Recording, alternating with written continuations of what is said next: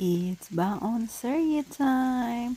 Hi guys! Hello everyone! It's Baon Serye dito sa aking kusina. So tonight, ay gagawa tayo ng lunch ko for tomorrow at work.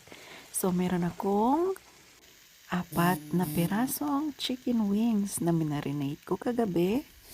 Naglagay lang ako ng asin, black pepper, and garlic powder. At nag-blanch din ako ng carrot and broccoli. So ayan guys, nilagay ko lang yung chicken wings sa kawali and waited for the oil to come out from chicken itself.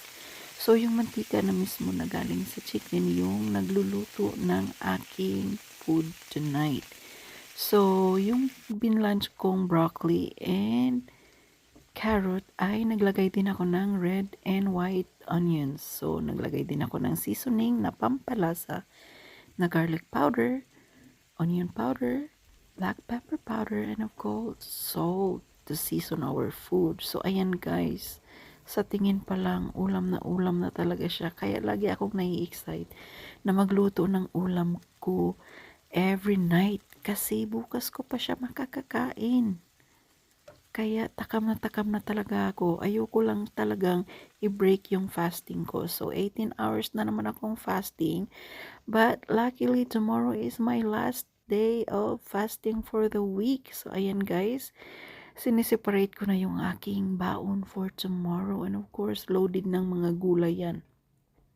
Mas gusto ko maraming gulay kaysa sa meat. So, dahil meron akong isang kalahati na tira na grapefruit, so dadalhin ko pa rin siya bukas. Sobrang sarap na sarap talaga ko sa grapefruit na ito kasi masyado siyang juicy and matamis, hindi siya mapakla. At meron din akong isang buong mansanas na snacks para sa aking morning na 7 o'clock habang naglalakad around the area, and then grapefruit naman pag 9 o'clock. Walking ng 10 minutes. So, I hope you guys enjoy my mini Baon Serye video every night. So, thank you guys for watching. I hope you have fun and enjoy my video. Bye! Yummy! Look at that!